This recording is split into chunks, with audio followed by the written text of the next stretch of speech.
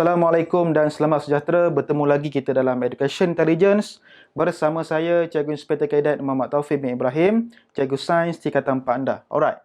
So, kita pergi kepada next subtopik, pembentukan imej oleh kanta bahagian 2. Okey, bahagian 2 ni saya dah pesan sebelum ni, kita sediakan kertas kosong, kita sediakan marker, kita sediakan pembaris, okey, untuk kita belajar melukis. Senang aja melukis ni, okey.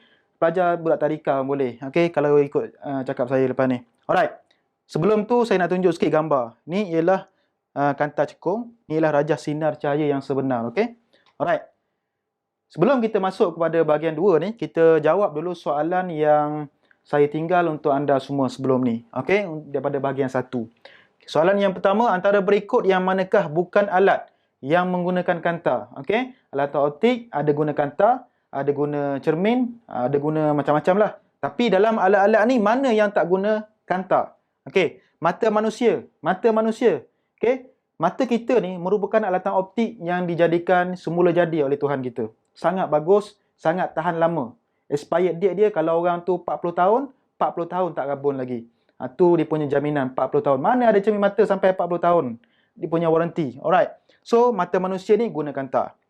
Mikroskop guna kanta juga. Okey, kita nak tengok kuman-kuman ke apa semua tu, ada kanta. Yang ketiga, periskop.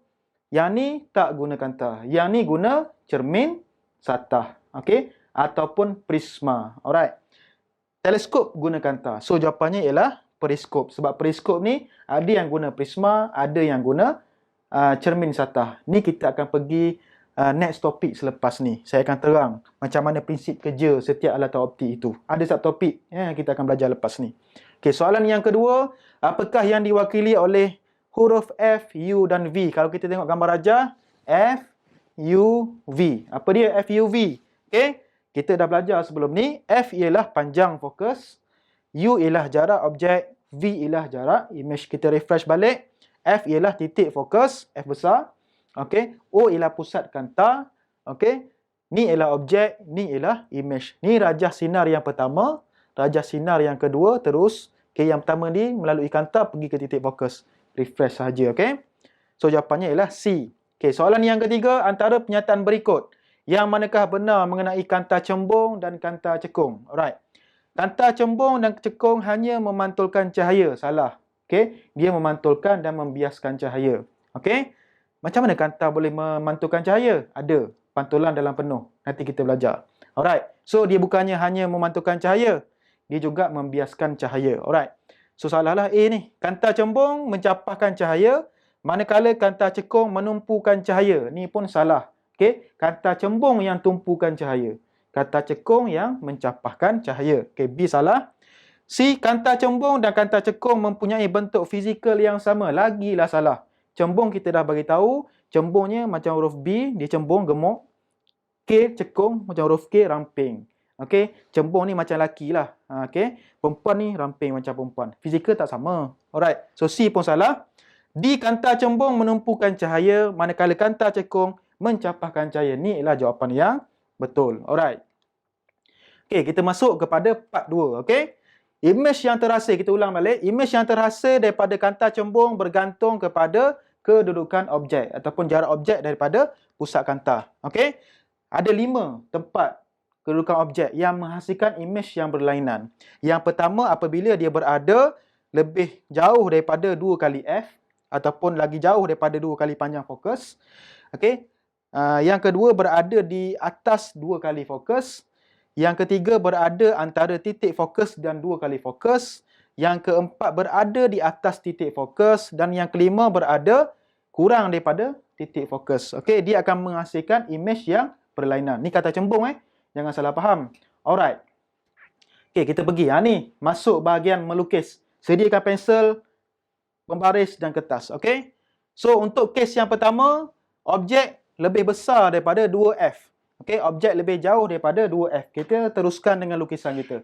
Yang pertama sekali, kita kena lukis objek. Terpulang kita nak lukis objek apa. Tapi dalam pembelajaran kita, senang kita guna anak panah saja. Okey, anak panah menegak ke atas.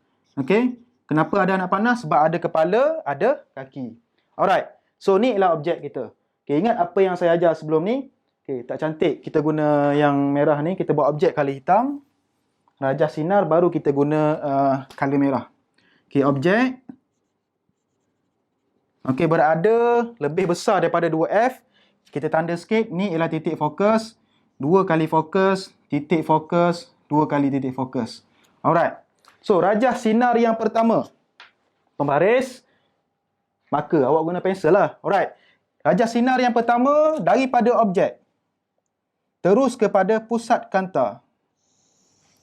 Ke kanta. Okey, kat tengah dia. Dan menuju ke titik fokus. Okey, yang ni memang senang. Okey, adik awak boleh buat ni. Yang tadi kau boleh buat. Okey, menuju ke titik fokus. Rajah sinar yang pertama. Jangan lupa anak panah. Alright. Yang kedua, daripada objek, kita terus kepada tengah-tengah pusat kanta itu. O itu. Okey, terus. Sampailah kita nampak persilangan antara sinar tadi. Okey, anak panah jangan lupa. Okey, so kat mana titik persilangan? Okey, titik persilangannya adalah di sini. So, kita mula tadi dengan kepala objek. Jadi, sini pun kepala objek ke bawah. Tarik kaki ke atas. Okey, so kita dapat image yang terhasil. So, ciri-ciri image apa? Okey, nyata. Sebab apa nyata? Dia terbentuk di depan skrin. Okey, terbentuk di depan skrin. Sebab kanta ni kan dua-dua belah skrin. Okey, yang kedua songsang. Sebab ni kepala atas. Ni kepala bawah. Okey, yang ketiga lebih kecil. Macam mana kita tahu lebih kecil? Kita ukur ketinggian. Okey, ni berapa cm? Ni berapa cm? Tapi kau tengok sini pun dah tahu. Ni besar. Ni kecil. So, lebih kecil lah. Okey, so apa aplikasi dia? Kamera. Okey, kamera DSLR ke, kamera apa, phone apa semua, dia ada menggunakan aplikasi macam ni. Lepas tu mata kita pun menggunakan aplikasi macam ni juga. Apabila objek berada lebih besar daripada 2F. Yang pertama. Okey, next. Okey, untuk objek yang kedua, dia berada di 2F. Okey, objek berada di 2F. Okey, kat mana objek tu? Sebelum tu kita lukis dulu. Ni titik fokus, 2 kali fokus, titik fokus, 2 kali fokus. So, objek berada di 2F. Dia berada tepat-tepat di atas ni. So, kita lukis objek dulu. Okay, ni objek kita. Alright. So, kita balik kepada lukisan yang sebelum ni. Rajah sinar yang pertama. Daripada objek terus ke tengah kanta. Okay. Okay, lukis. Tarik daripada sini dan menuju ke titik fokus. Okay, jangan lupa anak panah. Okey, yang kedua, daripada objek menuju ke titik tengah. Alright. Jangan lupa anak panah. Okey, so persilangannya kat mana? Okey, tengok titik persilangan. Okey, berada di sini. So, lukis objek. Alright. So, ciri-ciri image yang terhasil ialah, tengok balik, nyata, songsang dan sama saiz. Dia akan sama saiz. Dia nyata, terbentuk di skrin, depan skrin. Dia songsang, ni kepala atas, ni kepala bawah. Dan dia sama saiz. Okey, kalau ukur, dia memang sama saiz. Alright. Okey, tu yang kedua. Okey, so aplikasi dia apa? Mesin photostat ataupun kanta tegak. Sebab tu dalam mesin photostat ni, kita nak photostat, keluar benda yang sama, saiz yang sama. Okey, yang ketiga, objek berada di antara 2F dan F. Okey. Okey, ni 2F, di F. Okey, objek berada di tengah-tengah ni. Okey, kita lukis rajah sinar yang pertama. Okey, semua dah tahu dah macam mana lukis. Okey, teruskan sahaja. Rajah sinar yang pertama menuju ke F. Okey, yang kedua daripada objek terus ke pusat kanta. Jangan lupa anak panah. Okey, so dia akan bersilang di belakang sana. Okey. Dia akan bersilang di belakang sini. Okey, tulis, lukis dia punya image. Okey, so image dia ada nampak lain sikit. Okey. So, apa ciri-ciri image? Nyata, terbentuk di depan skrin. Songsang, kepala atas, kepala bawah dan lebih besar. Kalau tak percaya, cuba ukur. Ni kecil, ni besar. So, image dia lebih besar. So, apa aplikasi dia? Projektor ataupun mikroskop. Okey, contoh projektor sekarang. Yang daripada laptop kecil, tiba-tiba dia besar. Okey, sama juga mikroskop. Benda kecil nampak besar. Okey, ni aplikasi dia. Okey, apabila objek berada di F. Okey, tengok. Okey, ni 2F, ni F. Okey, objek berada di atas F ini. Okey, semua dah pro kan, dah pandai melukis. Tak perlu saya ajar lebih dah. Okey, teruskan daripada objek menuju ke kanta dan terus pergi ke titik fokus. Okey, yang kedua daripada objek terus ke pusat kanta. Okey, jangan lupa anak panah.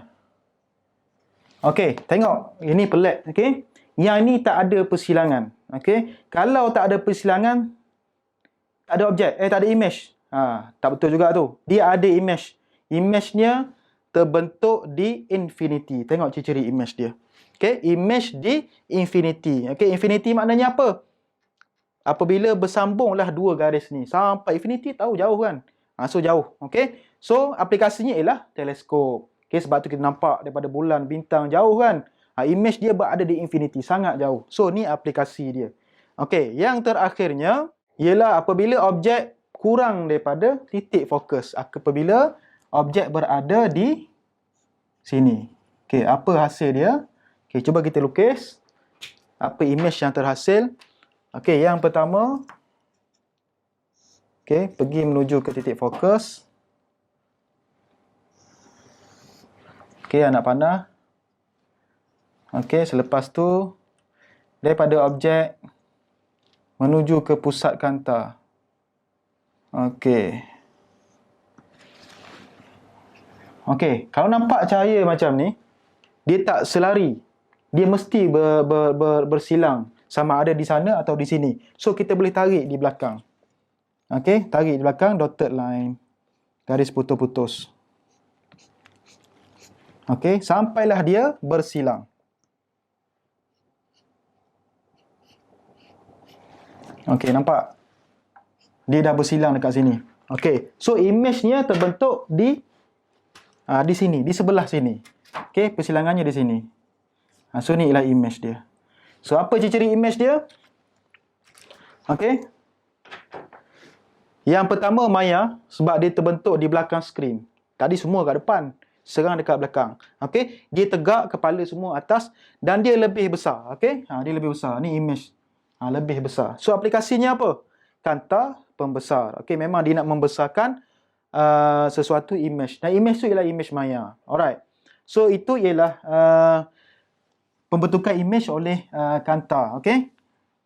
Dia berbeza mengikut kedudukan objek. Okey, seterusnya kita pergi kesimpulannya.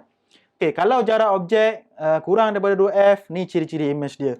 Tu aplikasi. Sama yang kita ulang tadi. Okey, boleh tengok. Okey, yang ni bila berada 2F, apa aplikasi dia? Antara F dan 2F, apa aplikasi dia? Berada pada F, aplikasi dia apa? Kurang daripada F, apa aplikasi dia? Alright. So, kita pergi pula kepada kanta cekung. Tadi cembung. Kanta cekung ni, special dia, image terhasil tidak bergantung kepada kedudukan objek. Beradalah ke mana sahaja pun objek ni, image dia tetap sama. Contoh, saya ambil lah satu kedudukan, kita buat dua lah. Satu dekat antara F dan 2F. Okey, kita lukis. Okey, yang cekung ni kena hati-hati sebab dia mencapah. Jangan salah faham. Okey, daripada objek pergi ke kanta, kena tarik daripada titik fokus belakang ni. Baru kita mencapah. Okey, so sini ialah garis putus-putus dotted line. Sampai kat sini baru kita tarik ke atas. Okey. Okey, ni anak panah. Alright. Tu yang pertama, rajah sinar yang pertama. Rajah sinar yang kedua, daripada kepala objek terus menuju ke tengah-tengah kanta. Okey, anak panah. Okey, so titik persilangan yang ada ialah di sini. Okey, ni ialah ciri-ciri image dia. Okey. Kalau kita tak confirm, betul ke tidak sama, kita tukar sekali lagi. Kita pergi pula kepada apabila objek tu berada di lebih daripada 2F. Okey. Nak bagi awak confidence sikit. Tak percaya kat saya kan? Kita try. Okey, berada di lebih daripada 2F. Kita tengok apa yang terhasil. Yang pertama, daripada objek menuju ke kanta. Tarik daripada titik fokus. Okey. Okey, anak panah mesti ada. Okey, daripada objek terus menuju ke pusat kanta. Okey, so titik persilangan pun tetap dekat sini. Sama juga. Sebab itulah saya cakap kanta cekung ni, bukan saya cakap, saintis cakap lah. Okey, saya menyampaikan sahaja. Okey. Walaupun letaklah dekat mana sekalipun, imejnya tetap sama, iaitu cirinya ialah maya tegak dan lebih kecil. Maya sebab dia terbentuk di belakang skrin, tegak kepala ke atas dan lebih kecil. Sama sahaja. Okey, so aplikasinya apa? Cermin mata bagi yang sakit rabun jauh. Alright. Rabun jauh ni juga namanya rabun tua. Orang tua mesti dapat rabun jauh. Alright. So, ada masalah? Tak dengar suara pun? Lupa. Awak duduk kat sana kan? Awak maya. Saya maya. Awak bukan nyata. Tu maksudnya. Alright. So, kita pergi kepada latihan. Okay, boleh baca latihan ni. Cuba jawab. Yang pertama. Yang kedua, tu ialah gambar rajah. Saya terang mungkin tak nampak. Ni ialah gambar kanta pembesar. Human right. Right ni nampak besar. Okay. Okay, yang ketiga, rajah menunjukkan macam ni. Apa ciri-ciri imej yang akan terbentuk. Ni kena lukis lah. Alright. Saya dah ajar macam mana lukis tadi. Okay. So, untuk next topik, pembentukan imej oleh alat optik. Okay, ada banyak alat optik.